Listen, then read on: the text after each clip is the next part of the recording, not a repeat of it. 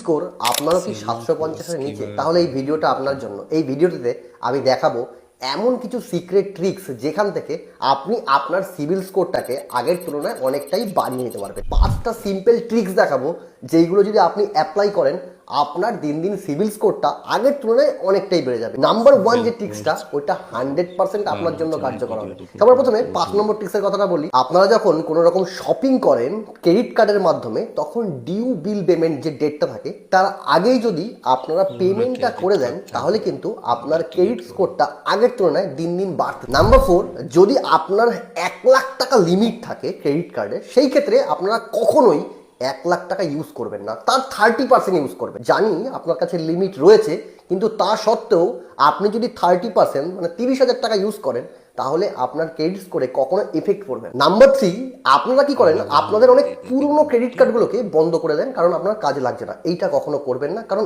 এতে আপনার previous history delete হয়ে যায়, এতে আপনার ক্রেডিট স্কোরের মধ্যে এফেক্ট পড়তে পারে। তাই কখনো আপনার পুরনো ক্রেডিট কার্ড ডিলিট করবেন। নাম্বার 2, যেটা সব থেকে ইম্পর্টেন্ট, কখনো আপনার বিল পেমেন্টের যে ডেট রয়েছে তার থেকে একদিনও দেরি করবেন না, এতে প্রচুর পরিমাণে আপনার সিভিলের উপর এফেক্ট করে। তাই আপনি কখনোই চাইবেন না যে আপনার বিল পেমেন্টের ডেট থেকে একদিনও আপনার পেমেন্ট পিছিয়ে। নাম্বার 1 যে পয়েন্টটা হচ্ছে, কখনো একটা ক্রেডিট কার্ড আপনার থাকা সত্ত্বেও আরো অনেকগুলো ক্রেডিট কার্ডের জন্য কখনো অ্যাপ্লিকেশন করবেন না, অথবা একটা লোন চলাকালীন দ্বিতীয় লোন তৃতীয় লোনের জন্য কখনো অ্যাপ্লাই করবেন না। এতে কি হয়, আপনার ক্রেডিট রিপোর্ট বারবার চেক হয় এবং এতে আপনার সিভিল ডাউন হতে পারে। তাই ভিডিওটা সকলকে শেয়ার করুন, আর চ্যানেলটা যদি ফলো না করা থাকে এইরকম ইনফরমেটিভ ভিডিওর জন্য চ্যানেলটা অবশ্যই ফলো করে রাখবেন।